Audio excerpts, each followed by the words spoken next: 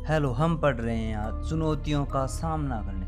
किस प्रकार हम अपने भविष्य में आने वाली चुनौतियों का सामना करते रहें। चुनौतियाँ कैसी भी हो तो कोई दिक्कत नहीं, क्योंकि बड़े बड़े लोगों के साथ उनके साथ हमेशा ही चुनौतियाँ आती रही हैं। मैं आपको याद दिला दूं, ऐसा कोई शख्स नहीं है जिसके सामने बिना चुनौती आए वह सफलता की ओर बढ़ गया हो।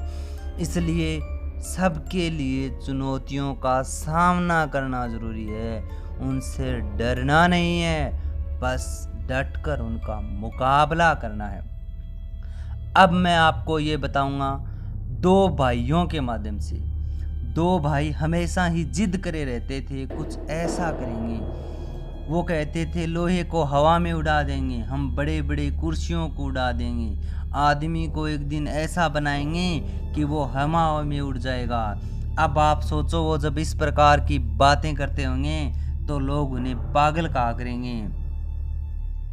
हम ऐसा बनाएंगे जिससे बैठकर उड़ सकें, साथ में मानव के अन्य लोग भी उड़ें। इस प्रकार की उनकी सोच थी। अब मैं आपसे पूछना चाहूँगा, लोगों की उनके बारे में क्या भावनाएं रही होंगी?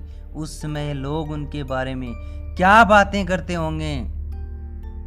मैं आपसे पूछ रहा हूँ, क्या उस समय उनके सामने चुनौती नहीं थी। उन्होंने हार नहीं मानी। जब उनमें से एक ने कहा कि मैं ऐसी वस्तु बनाना चाहता हूँ कि 8 सिलेंडरों को एक जगह लगाओ, तब उनके साथियों ने कहा ऐसा नहीं हो सकता। तब उसने कहा आप लगाओ, आपको मैं सैलरी देता हूँ, आप जैसा कह रहा हूँ वैसा करो। वह व्यक्ति और कोई नहीं, वह व्यक्ति हेनरी फोर्ड था जिसने ऐसा कहा था। उन्होंने अपने एम्प्लॉइयों से 8 सिलेंडरों को एक जगह लगाने को कहा। पहली बार पूछा तो उन्होंने जवाब दिया नहीं हुआ सर। उसने फिर से कहा कोशिश करो, उन्हें काम के पैसे मिलते हैं। 2 महीने, 4 महीने, 6 महीने, 1 वर्ष काम करते रहो, सफलता मिलनी ही चाहिए। फिर उन्होंने रिपोर्ट मांगी। फिर उन्होंने कहा नहीं, तो फिर उन्होंने कहा फिर से काम पर जुट जाओ, तुम्हें क्या करना है, तुम्हें तो मैं पैसे दे रहा हूँ। उन्होंने कहा नहीं हो सकता। तो हेनरी फोर्ड ने 3 ही शब्द कहे थे जो आपको भविष्य बदल देगा। होना ही चाहिए, पता है ना, होना ही चाहिए, ये शब्द कहे थे और फिर से उन्हें जुटा दिया। कितना ही समय लग जाए पर 8 सिलेंडर मुझको चाहिए। ये वे लोग थे जिन्होंने चुनौतियों का सामना किया। आखिरकार उन्होंने वो सफलता प्राप्त कर ली जो उन्हें चाहिए थी। इसी प्रकार एक और बताता हूँ जिसके माध्यम से आप कुछ सीख सको, कुछ जीवन में ग्रहण कर सको। आपने नेपोलियन का तो नाम सुना होगा। नेपोलियन बहुत जिद्दी व्यक्ति था। उन्होंने एक बार कहा था मैं आल्प्स पर्वत की श्रेणी में जाऊंगा, आल्प्स पर्वत को क्रॉस करूंगा।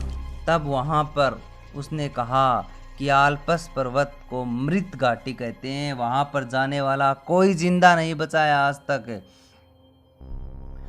तब उसकी सेना मना कर रही थी, लेकिन उसने जिद पाल रखी थी मैं वहां पर जाऊंगा।